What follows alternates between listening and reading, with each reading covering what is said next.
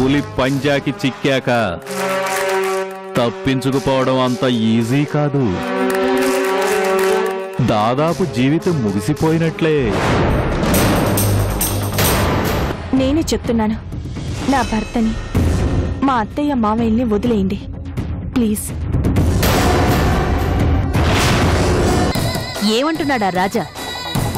జైలుకు వెళ్ళడానికి సిద్ధంగా ఉన్నాడా? జైలా పోడా, చక్కగా పెళ్ళాన్ని తీసుకుని ఇంటికెళ్ళిపోయాడు. వాట్? కావేరి విడిపించకపోతే నువ్వు అసలు మీ అమ్మా నాన్నల్ని విడిపించగలవా? అది నీ వల్ల అవుతుందా చెప్పు? నిజమేరా, తను సాయం చేసింది కాదను, కానీ అసలు ఇన్ని సమస్యలకి కారణం ఎవరు? కావేరి కాదా?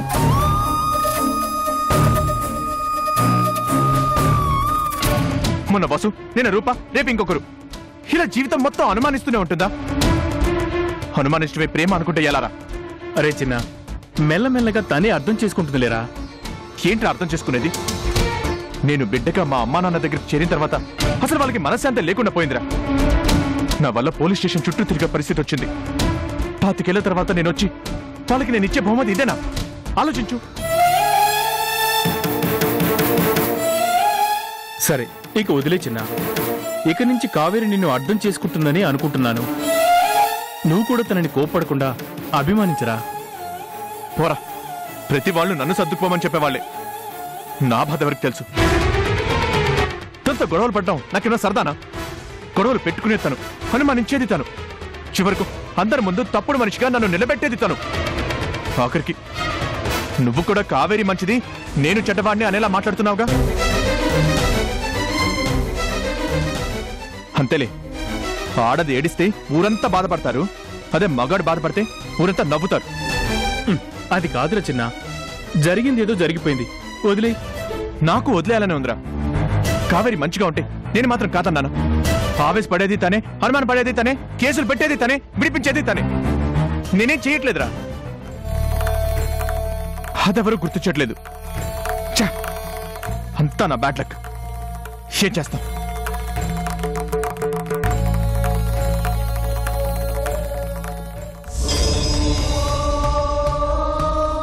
నిజంగా దేవుడు మనతోనే ఉన్నాడు రాజా. లేకపోతే ఈ కేసు నుంచి బయటపడడం అసాధ్యమయ్యేదంటే నమ్ము. ఆ లాయర్ చెప్తూనే ఉన్నాడు, మీరు గెలవడం చాలా కష్టమండి, కేసు చాలా స్ట్రాంగ్గా ఉంది అన్నాడు. సమయానికి కావేరి వచ్చి కాపాడింది కాబట్టి సరిపోయింది, కానీ లేకపోతే చాలా పెద్ద ప్రాబ్లం అయ్యేది. కావేరి కూడా ఎంతో తెలివిగా దగ్గుమందనుకొని ఆ మందు తాగానని చెప్పింది కాబట్టి సరిపోయింది, కానీ ఇంకోటి ఏది చెప్పినా అందరికీ శిక్ష పడేది. కానీ కావేరి చాలా తప్పు చేసింది అంకుల్. అదేంటి రాజా అలా అంటావు? అవును అంకుల్, కావేరి అలా అబద్ధం చెప్పి నిజంగా తప్పు చేసింది. మాకు శిక్ష పడాల్సింది. ఆ అమ్మాయిని అంతగా ఏడిపించిన మాకు క్షమాభిక్ష పెట్టి తను చాలా పెద్ద తప్పు చేసింది. రాజా, అసలు ఎందుకు కాపాడాలి అంకుల్ మమ్మల్ని? ఆ అమ్మాయికి మేము ఎంత ద్రోహం చేశాం? మాలాంటి వాళ్లకు తను క్షమాభిక్ష పెట్టడానికి అసలు మేము అర్హులమేనా చెప్పండి? మీరేం తప్పు చేశారు రాజా? తప్పు కాదా? చిన్నలాంటి కొడుకుని కని ఆ అమ్మాయికి కట్టబెట్టడమే మేము చేసిన తప్పు.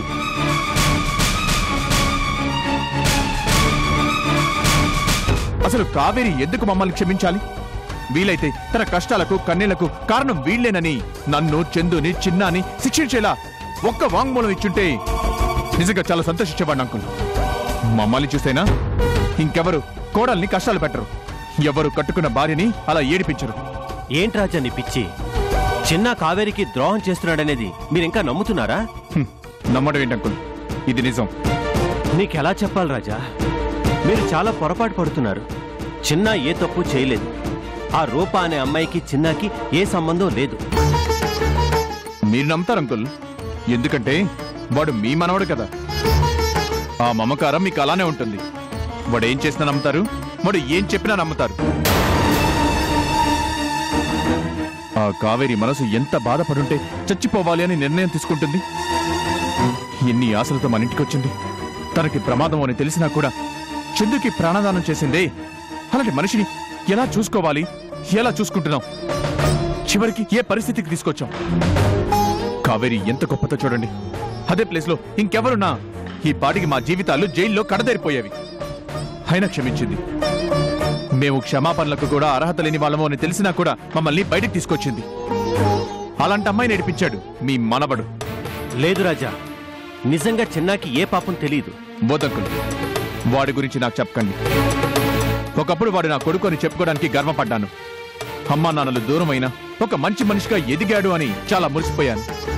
కానీ ఈరోజు ఇలాంటి కొడుకు తిరిగి నా దగ్గరకు చేరినందుకు సిగ్గుతో చచ్చిపోతున్నాను అంకుల్.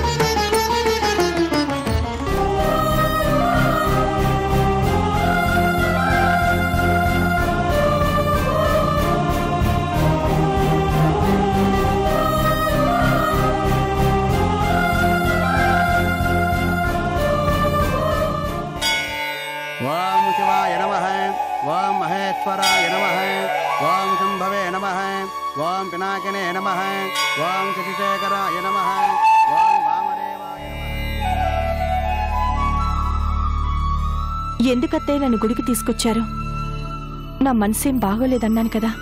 మనసు బాగోలేనప్పుడేనమ్మా మనకి భగవంతుడు చాలా అవసరం అవుతాడు. మన మనసులోని బాధను ఆయనతో చెప్పుకుంటే కొంతలో కొంతైనా ఆ భారం తగ్గుతుందమ్మా. ఏంటో అత్తయ్య, మీ అందరి అభిమానాన్ని పొందుతున్నానే కానీ ఆయన అభిమానాన్ని మాత్రం పొందలేకపోతున్నాను. ఆ దేవుడు తలుచుకుంటే ఎవ్వరి మనసైనా మారుస్తాడమ్మా. నీకెంత అన్యాయం జరుగుతున్నా మళ్ళీ మమ్మల్ని కాపాడి పోలీస్ స్టేషన్ నుంచి వెనక్కి తీసుకొచ్చావు. నీలాంటి మంచి మనిషికి అంత మంచి జరుగుతుందమ్మా. నువ్వు వెళ్ళి దండం పెట్టుకో అమ్మా. నేను వెళ్ళి ప్రదక్షిణాలు చేసొస్తాను. ఉమ్.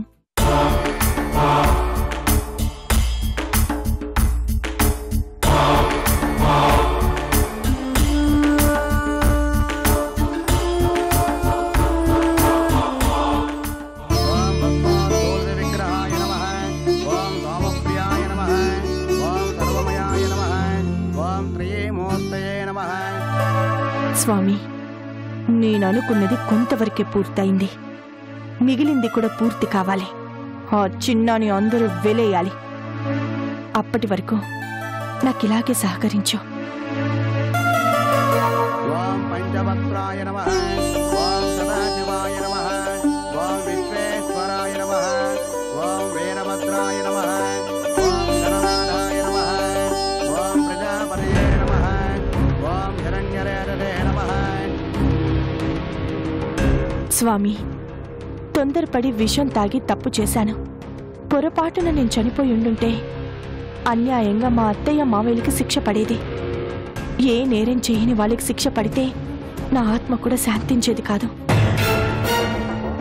నా భర్త ప్రేమ నాకు దొరక్కపోయినా పర్వాలేదు స్వామి. ఆయనకి మాత్రం అమ్మా నాన్నల్ని దూరం చేయకు. ఆయన మళ్ళీ అందరికీ చేరువ కావాలి. అందరూ బాగున్నాక కావాలంటే అప్పుడు నేనే నీ దగ్గరికి వస్తాను స్వామి. తజ్జోరేతం ప్రపద్య తజ్జోరేతాయ వై నమో నమః. భవేమ వేనాని భవేమ వత్సమా. అత్తయ్య, దేవుణ్ణి ఏం కోరుకున్నావమ్మా? నాకేం కోరికలుంటాయి అత్తయ్య? తెలియక చేసిన తప్పుకి మిమ్మల్ని పోలీస్ స్టేషన్లో పెట్టారు. అమ్మా నాన్నల్లాంటి మీకు శిక్ష పడకుండా కాపాడే అవకాశం ఇచ్చినందుకు ఆ దేవుడికి కృతజ్ఞతలు చెప్పుకుంటున్నాను అత్తయ్య. ఆ రోజు ఎందుకు పోలీస్ కేసు పెట్టానా అని ఎప్పుడు బాధపడుతున్నాను అత్తయ్య. నన్ను కొడితే కొట్టారు. 4 చెంపదెబ్బలు తినలేనా? అంత మాత్రానికే నేను వెళ్ళి కేసులు పెట్టాల్సింది కాదు. చూడండి మిమ్మల్ని ఎలా అరెస్ట్ చేశారో. కానీ మమ్మల్ని కాపాడింది నువ్వే కదమ్మా. మీరేం తప్పు చేయలేదత్తయ్యా. ఎందుకు చేయలేదమ్మా? మాట వినని కొడుకుని కన్నాను. అర్థం చేసుకోలేని వాడితో నీకు ముడి పెట్టాను. ఇవన్నీ తప్పులు కదూ. మీరంత మాట అనకండి అత్తయ్యా. నేనే మీ అందరినీ చూసి కోడలుగా రావాలనుకున్నాను. మీతో కలిసి మంచి జీవితం అనుభవించాలనుకున్నాను.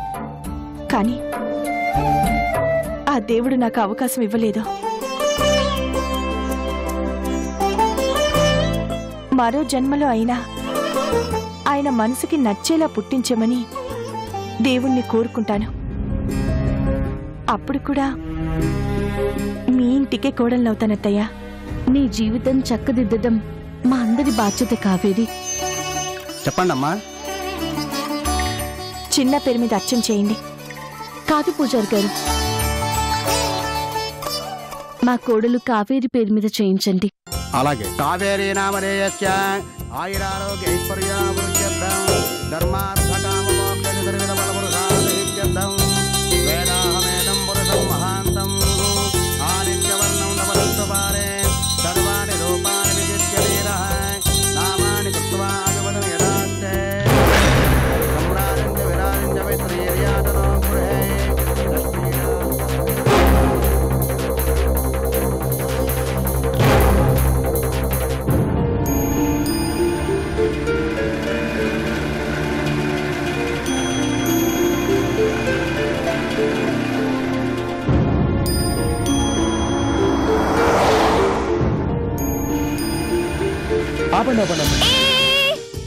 ఏంటి బండి ముందుకొచ్చావు?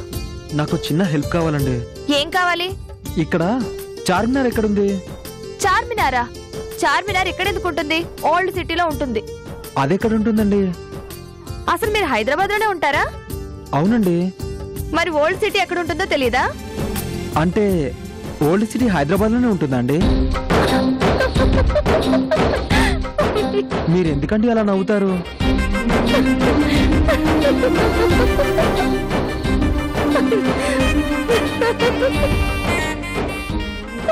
అయ్యో, మీరు మాట్లాడే మాటలకి నవ్వు రాక ఏమవుతుందండి? హైదరాబాద్ లోనే ఉంటున్నాను అన్నారు, మీకు ఓల్డ్ సిటీ తెలీదు. మీరు కావాలని అడుగుతున్నారు కదూ? అయ్యో లేదండి, నిజమండి, నా మీద ఒట్టండి.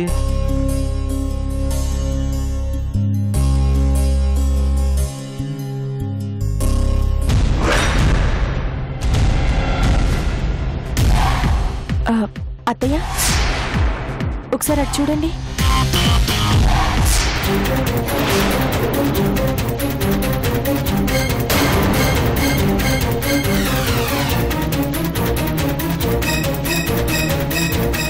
ఏంటత్తయ్య ఇది?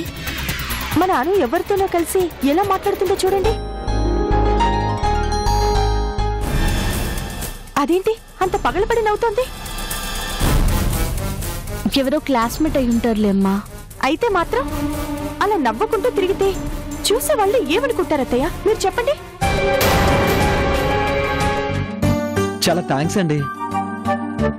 మీరు గనక నా కళ్ళు తెరిపించకపోతే అసలు హైదరాబాద్ తెలంగాణలోనే ఉందా లేదా అని అనుమానం వచ్చేది.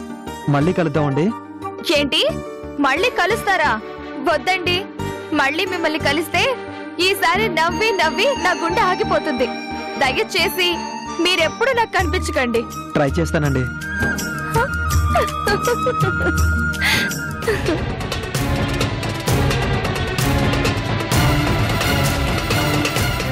ఏమో అత్తయ్య, మీరొకవేళ అను అంటే ప్రేమతో వెనకేసుకొస్తారేమో కానీ నేను మాత్రం ఇలాంటివి అసలు స్పేర్ చేయను. ఒకసారి చిన్నతే చెప్పినట్టు గుర్తు, ఈయన అను కలిసి నవ్వుతూ మాట్లాడుకుంటుంటే పెళ్లి సంబంధం కోసం వచ్చిన వాళ్ళు చూసి వెనక్కి వెళ్ళిపోయారంట కదా. చిన్నత్తయ్య కూడా వాళ్ళిద్దరిని అనుమానించి అనుని కోప్పడిందంట కదా. చూసారా అత్తయ్య, సొంత అన్నయ్యతో మాట్లాడుతూ ఉంటే చిన్నత్తయ్య అనుమానించింది. ఇక బయట జనాలు అనుమానించరా? మీరే చెప్పండి. ఎంత బరితెగింపు కాకపోతే ఇంత పబ్లిక్ గా అలా నవ్వుతూ మాట్లాడుతూ చేతులు కలుపుతుంది? తనేమైనా మామూలు మనిషా? రాజా గారి కూతురు, కృష్ణప్రసాద్ గారి మనవరాలు. ఇక్కడ చూసిన 10 మందిలో కనీసం 8 మందికైనా అను ఎవరో తెలుసు. వాళ్ళు ఏమనుకుంటారత్తయ్యా? ఏదేమైనా చిన్నత్తయ్య అనుకి బాగా అలసిచ్చిందత్తయ్య. ఇక ఆవిడ మాట వింటుందనే నమ్మకం నాకు లేదు. మీరే కాస్త దారిలో పెట్టాలత్తయ్య. లేదంటే ఇదిగో ఈ రోజు నా భర్త కోసం నేను బాధపడుతున్నట్టు రేపు అను భర్త బాధపడాల్సి వస్తుంది. ఏదో నాకు తెలిసింది నేను చెప్పానత్తయ్య, ఇక మిగిలింది మీ ఇష్టం.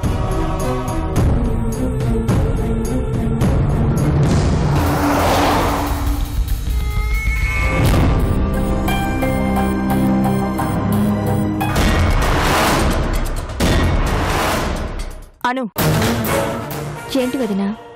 నీతో మాట్లాడాలి. ఏంటో చెప్పొదినా. తీరా చెప్పాక ఇదేంటి వదిన ఇలా అంది అని అనుకో కదా. ఎందుకు అలా అనుకుంటాను? పర్లేదు చెప్పు. ఇప్పుడు నువ్వు ఎక్కడి నుంచి వస్తున్నావు? ఫ్రెండ్ని కలిసి వస్తున్నాను. ఏ? అది నీతో ఎలా మాట్లాడాలా అని. ఏమైంది వదినా? ఎందుకు అంతలా ఆలోచిస్తున్నావు? అసలు విషయం ఏంటో చెప్పు. ఏం లేదను, నువ్వు ఇందాక రోడ్డు మీద ఎవరితోనూ నవ్వుతూ మాట్లాడుతున్నావు కదా. నేనా? అదే ఎవరో ఒక అబ్బాయితో నవ్వుతూ. కానీ అతనెవరో నాకు తెలియదు వదినా. చార్మినార్ హైదరాబాద్ లోనే ఉందా, ఓల్డ్ సిటీ అంటే హైదరాబాదేనా అంటూ ఉంటే నాకు నవ్వొచ్చింది. అవునా? నేను ఇంకా నీకు బాగా తెలిసిన అబ్బాయి అనుకున్నాను. అయితే ఏంటి వదినా? ఏ అబ్బాయిలతో మాట్లాడకూడదా? నేను ఇలాగే మీ పెద్దమ్మతో వాదించాను, కానీ ఆవిడే చాలా బాధపడింది. ఎవరు? పెద్దమ్మ బాధపడిందా? ఎందుకు? నువ్వు ఆ అబ్బాయితో నవ్వుతూ మాట్లాడుతూ ఉంటే బాధపడదా మరి? ఎవరైనా చూస్తే మన ఇంటి పరువు ఏం కావాలి అని తెగ ఫీల్ అయిందనుకో. ఒకప్పుడు ఇలాగే మీ అన్నయ్యతో మాట్లాడుతుంటేనే నీకు పెళ్లి సంబంధం చెడిపోయిందంట కదా. ఇంకా నీకు బుద్ధి రాలేదు అని చాలా బాధపడింది. పెద్దమ్మ అలా అన్నదా? అప్పటికి నేను చెప్తూనే ఉన్నాను, ఎవరో తెలిసిన వ్యక్తి అయ్యుంటాడు, అయినా అనుకు ఆ మాత్రం తెలీదా అన్నాను. కానీ పెద్దవిడ వింటే కదా. అసలు అతను ఎవరో కూడా నాకు తెలియదు వదినా. అయినా మాట్లాడితేనే మన పరువు పోతుందా? నేను చెప్పింది కూడా అదే అను. అనుమానం వస్తే అక్కడే అడగాల్సింది కదా. ఎలా అడుగుతుంది చెప్పు? అప్పుడే కాదు, ఇప్పుడు కూడా నిన్ను అడగదు. అదే ఆవిడ గొప్పతనం. అడగకుండా నా గురించి నీ దగ్గర అనడం బాగుందా? వయసు పెరిగే కొద్దీ మరీ చాదస్త ఎక్కువ అవుతున్నట్టుంది.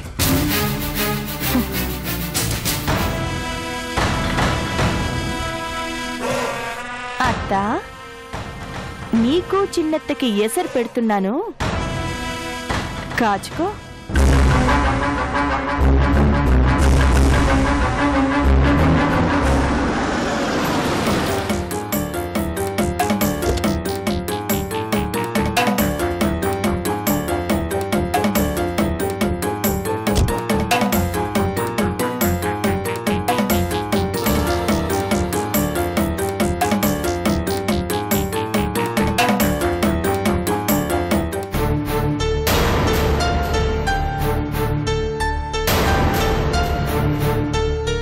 అను,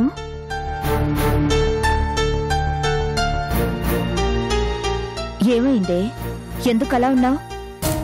ఏం లేదులే మమ్మీ. మరి మొహం ఎందుకు అలా ఉంది? ఏం జరిగిందో చెప్పమ్మా. పెద్దమ్మ నా గురించి చాలా తప్పుగా అనుకుంటుంది మమ్మీ. పెద్దమ్మ? అవును. తప్పుగా అనుకోవడం ఏంటి? అసలేం జరిగిందో చెప్పు.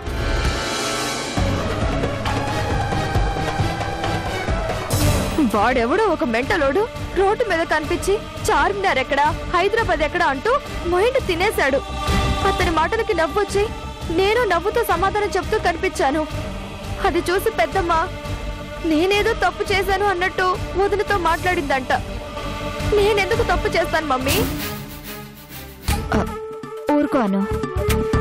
ఇంత చిన్న విషయానికి ఫీల్ అయితే ఎలా? మీ పెద్దమ్మే కదా, వదిలేయమ్మా.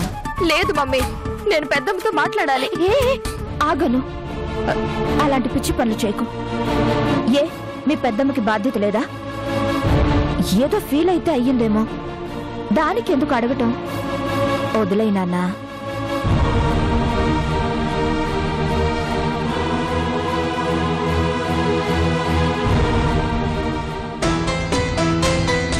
ఇదేంటి ఇంత ఈజీగా పక్కన పెట్టేస్తుంది? ఈ పాటికి వెళ్ళి అత్తయ్యతో గొడవ పడుతుంది అనుకుంటే చాలా ఈజీగా తీసుకుందేంటి చిన్నత్త? జరిగింది తప్ప కాదా చెప్పండి డాడీ. ఈ కాలం పిల్లల్ని నమ్మేదెవరు చెప్పండి? ఇల్లు విడిచి బయటికి వెళ్లారు అంటే ఎలా ఉంటున్నారో, ఎవరితో తిరుగుతున్నారో తెలీదు. వాళ్ళకి పరువు మర్యాదల గురించి పట్టింపు లేదు, మంచి చెడుల గురించి ఆలోచన లేదు. చిన్న అలాంటి మనిషి కాదు చందు.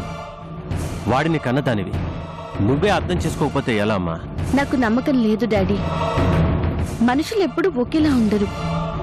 పైగా వాళ్ళ ఏజ్ అలాంటిది. అట్రాక్షన్ కి గురవుతారు.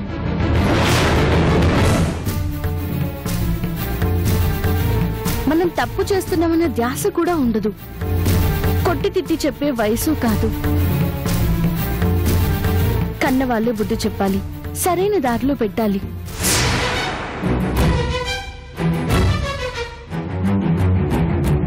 సరైన దారిలో పెట్టడం అంటే ఇలా మాట్లాడకుండా దూరంగా పెట్టడం అమ్మా. అలా ఉంటేనే వాడు దారిలోకి వస్తాడు డాడీ. మీరు కొన్నాళ్ళు ఓపిక పట్టండి. చందు ఎందుకు ఇలా చేస్తుంది? నిజంగా అను గురించి ఫీల్ అయితే నాతో చెప్పాలి గాని బాబాయ్కి చెప్పడం ఏంటి? ఛ, మనుషులు ఎప్పుడు ఎలా మారుతారో ఏంటో.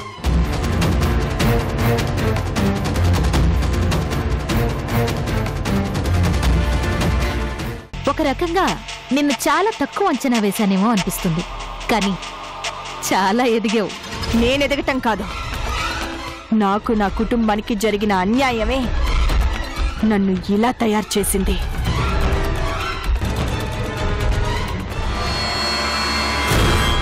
నువ్వా? ఏ గుర్తుపట్టలేదా? ఇంటి దగ్గర అందరూ ఆయన్ని తలుచుకొని బాధపడుతున్నారు. అందుకే వెతుక్కుంటూ వచ్చాను.